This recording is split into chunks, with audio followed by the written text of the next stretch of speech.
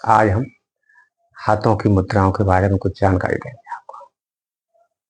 ये हमारा जो हाथ है, इसकी जो पांचों उंगलियां हैं, कहते हैं चित्त जल पावक गगन समीरा, पंच तत्व मिल बना शरीरा।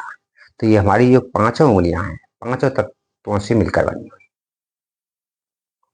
जैसे ये अंगुष्ठ, ये अग्नि का प्रतीक है, इसे हम अग्नि भी कह सकते हैं अंगुष्ठ को।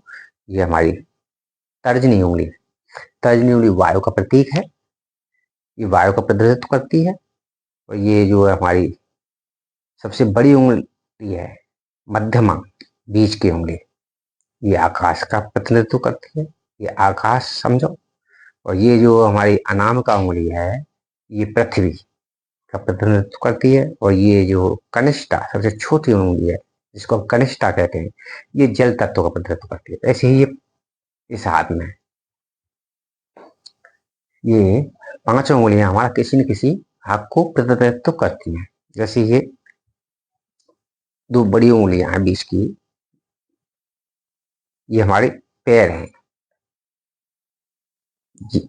अगर हमारे पैर में किसी भी भाग में दर्द है, तो आप इन उंगलियों को दबाएंगे तो उसमें आराम मिलेगा। जैसे हमारे घुटनों में दर्द है पैरों के, मान चलिए बाएं पैर में दर्द है, तो बाएं पैर के लिए ये उंगली सबसे बड़ी वाली उंगली है, इसके बीच का ये जो हमारा घुटना है, समझ लो ये बीच का निशान है, इसको हम दबाएंगे करके, तो हमारे घुटनों में आराम मिलेगा इससे। दाएं घुटने में दर्द है तो इस उंगली को दबाएं, ये वाली अनाम का उंगली को बीच में जॉइंट पे, इसको दबाएं। इसी प्रकार इस हाथ में भी दबा सकते हैं। अगर दाएं पैर में दर्द है तो बड़ी वाली उंगली को बीच में यहाँ दबाएं घुटने को, ये घुटने के दर्द के लिए बता रहा हूँ। और पूरे पैर में दर्द है तो पूरी उंगली को दबा सकते हैं। पैर के पंजे में दर्द है तो यहाँ दबाएं आगे, घुटने में दर्द है तो बीच में दबाएं, ऊपर दर्द है घुटने से ऊपर तो यहाँ दबाएं, या पूरे उंगली को दबाएं। ऐसे ही इसको, ये दोनों पैर हैं हमारे और ये दोनों हाथ हैं, ये उंगली और ये उंगली सबसे छोटी, ये हाथ है, ये दोनों पैर हैं।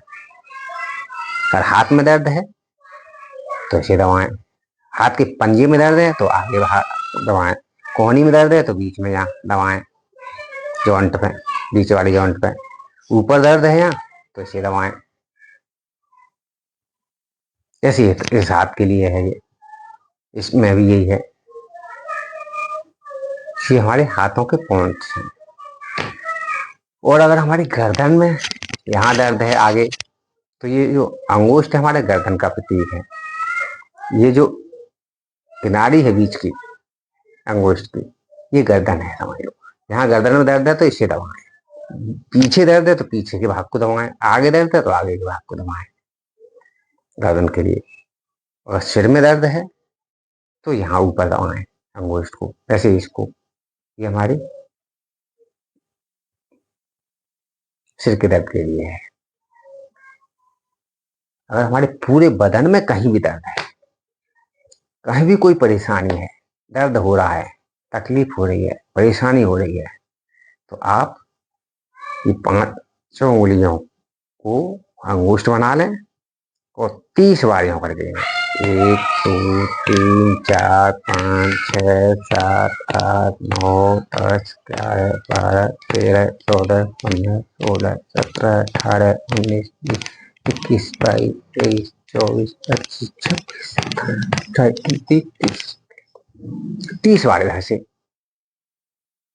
1 2 3 4 5 6 7 8 9 10 11 12 13 14 15 16 17 18 19 20 21 22 23 24 25 26 27 28 आप ज्यादा भी कर सकते हो, 30 से ज्यादा भी कर सकते हो अपनी क्षमता अनुसार, लेकिन कम से कम आप 30 बार तो इस तरीका से, 30 बार इस तरीका से दबाएं।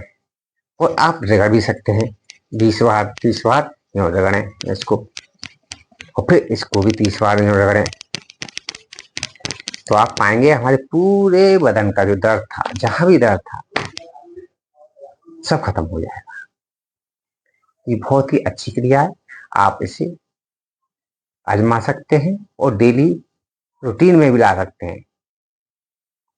इसे करें, इसके साथ ही आप अनुलोम विलोम और कपालभाति कर लें, तो आप बिल्कुल ही निसंकोच रहें, आपको कोई रोग परेशान नहीं करेगा, आप निरोग रहेंगे, स्वस्थ रहेंगे और अपने कार्यों में मस्त रहेंगे।